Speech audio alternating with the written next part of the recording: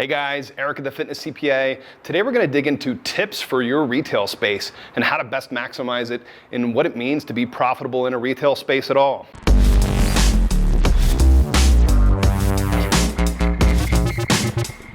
If you're operating a fitness studio, chances are you've got a small space up front that you can sell some retail items.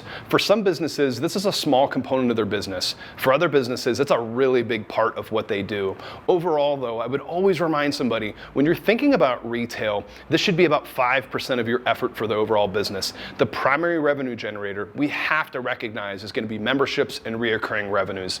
There are certainly some exceptions. There are some gym facilities who sell quite a bit of supplements and gear and branded gear. Maybe you're the exclusive dealer of Lululemon in your market and you're a yoga studio. Those would be exceptions where we maybe have $20,000 or more a month in revenue. But for the large majority of us, retail revenue is going to be anywhere between $1,000, maybe $6,000, maybe $10,000 a month.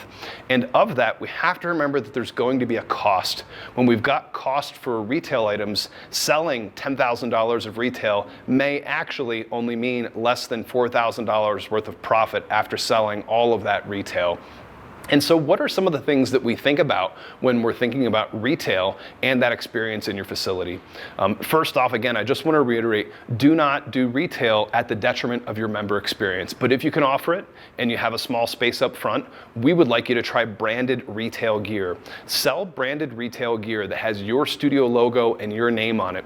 You can sell it for little or no profit, or even have it as free giveaways. Members love wearing apparel and they love being your walking billboards. And so if they have a community to identify with and they can take that community and that tribe out into the public and say, hey, I'm a part of this fitness concept, that's a really good brand imaging to get out there in the community. Make your brand a lifestyle. So have branded gear and don't feel like it needs to be very profitable. This is coming from an accountant. Your branded gear does not need to be profitable. It can make little or no money, and it's a great way to get your members enthusiastic about being a part of your tribe. Next, when it comes up to retail tips, we talk about keeping inventory fresh. Keeping inventory fresh is a very big part about having a successful retail strategy. If you have old or stagnant items on the shelves, your customers are going to know that they're old and stagnant. For that reason, we recommend having a discount shelf or a discount rack where you're moving items out and discounting them down right at cost to get them off the shelves. Discounting items isn't a terrible thing.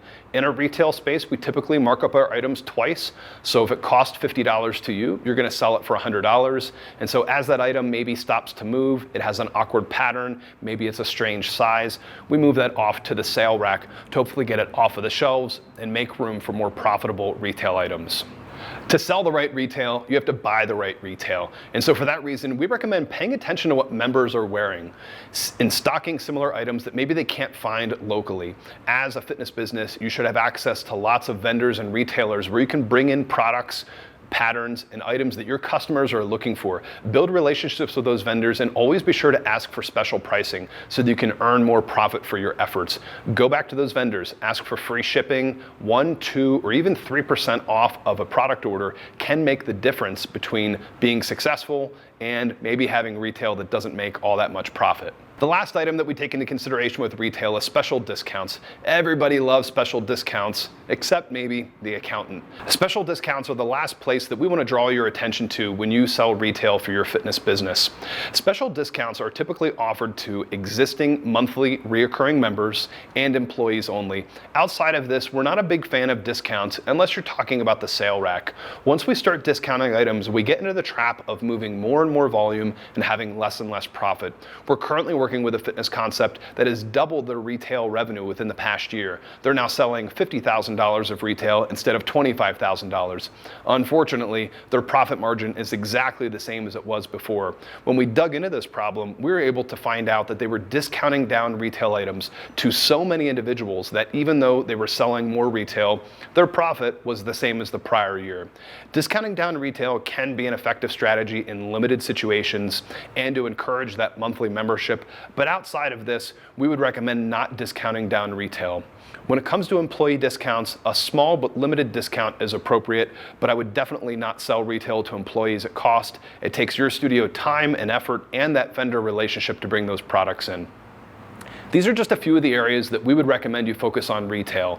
If you have the opportunity, we would recommend partnering with someone who has prior retail experience that maybe works in your studio. Ask around to your current teachers and people that you know. You may find someone willing and able to manage the retail process for your business so that you can focus your efforts on growing your membership base.